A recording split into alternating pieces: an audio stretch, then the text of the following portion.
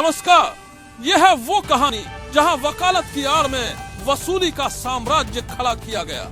कानपुर का वो वकील अखिलेश दुबे, जिस पर आरोप है कि अदालत की दलीलों से ज्यादा वो झूठे केसों के जाल में फंसाकर करोड़ों की वसूली करता था। जी, 4,500 पन्नों की चार्जशीट, 2.5 करोड़ की रंगदारी, झूठे रेप केस का खेल। सवाल ये कि क्या कानून के रखवाले ही अब कानून के सबसे बड़े अपराधी बन चुके हैं? आज हम खोलेंगे इस कानूनी माफिया का पूरा काला चिट्ठा।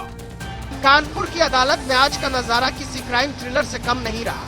नौबस्ता पुलिस ने वकील साहब अखिलेश दुबे और उनके चहेते साथियों लवी मिश्रा और शैलेंद्र उर्फ टोनू के खिलाफ 4,500 पन्नों की मोटी ताजा चार्जशीट पेश कर दी है। जी हाँ, 4,500 पेज। लगता है पुलिस ने चार्जशीट नहीं बल्कि कोई मोटी लॉ की किताब छाप दी हो। इस चार्जशीट में है 15 गवाहों के बयान, कॉल डिटेल्स और ऐसे सबूत जिन्हें देखकर आरोपी अब शायद कहेंगे, जज साहब दया कीजिए, इतना पढ़ कौन पाएगा। दरअसल भाजपा नेता रवि सतीजा का आरोप है कि वकील अखिलेश दुबे ने उन्हें रेप के झूठे केस में फंसाकर 50 लाख की रंगदारी मांगी थी और जब सिट ने जांच की तो आरोप सही निकले। पुलिस ने अखिलेश दुबे और उनके साथी लवी को उसी सिट दफ्तर से दबोच लिया जहां शायद वे खुद केस मैनेज करने पहुंचे थे। अब जरा व्यंग्य का तड़का लगाइए। जिस किशोरी और उसकी बहन को रेप केस का मोहरा बनाया गया था, वही अब पुलिस की गवाह बन चुकी है। यानी खेल उन्हीं के पत्तों से पलट गया।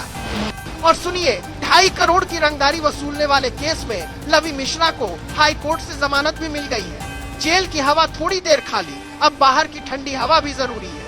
लेकिन कहानी यही खत्म नहीं होती। इस पूरे खेल में एक नाम और है, विमल यादव, जिसके खिलाफ अभी स्टे ऑर्डर है, और एक है अभिषेक वाजपेयी, जो अब तक फरार है। यानी स्क्रिप्ट अधूरी है, किरदार अभी बाकी है। और अंत में कोर्ट ने साफ कर दिया है 9 अक्टूबर को तीनों आरोपी हाजिर हो। अब देखना ये होगा कि जेल की कोठरी में ही अगली पेशी होगी या फिर कोर्ट रूम में नए ड्रामे का मंचन।